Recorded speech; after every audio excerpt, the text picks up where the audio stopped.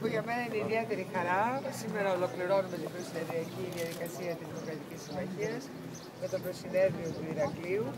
Ένα προσυνέδριο το οποίο θα συζητήσει θέματα σημαντικά για την ανάπτυξη της χώρας, τον τουρισμό, την ανταγωνιστικότητα, την απελευθέρωση της αγοράς ενέργειας. Θέματα που πρέπει να απασχολήσουν και την ευρύτερη κοινή γνώμη στην Ελλάδα, διότι είναι ένα κομμάτι των μεγάλων μεταρρυθμίσεων, των αναγκαίων μεταρρυθμίσεων που έχει ανάγκη ο κόσμος. Κύριε Πρόεδρε, 10 χρόνια μετά συζητάμε ακόμη σενάριο για έξοδο από το ευρώ. Νομίζω ότι πρέπει να συνειδητοποιήσουμε όλοι ότι αυτό είναι ένας εφιάλτης. Είναι ένα καταστροφικό σενάριο, το οποίο δεν πρέπει ούτε να το συζητάμε.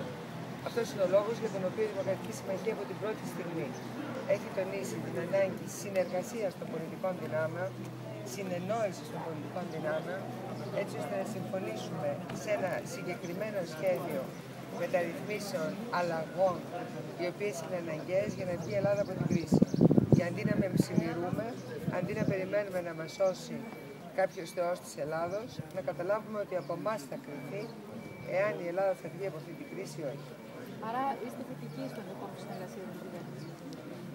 Είμαι θετική στο ενδεχόμενο συνεννόηση των δυνάμεων. Η Δημοκρατική Συμμαχία δεν αναζητά να συγκυβερνήσει. Θεωρεί όμως ότι είναι απολύτως αναγκαίο τα δύο παλαιά κόμματα στην Ελλάδα να συνειδητοποιήσουν ότι πρέπει να συνεννοηθούν, να συμφωνήσουν στις αναγκαίες αλλαγές, έτσι ώστε να προχωρήσει μπροστά η χώρα και να μην είναι δούλοι των οποιονδήποτε συντεχνιών όπως εμφανίζεται σήμερα.